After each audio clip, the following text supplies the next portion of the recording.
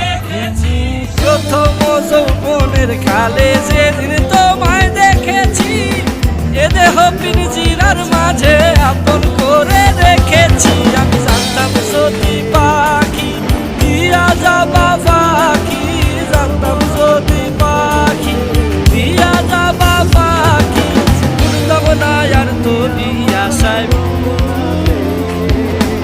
আমারে কান্দায়া পাও কিছু।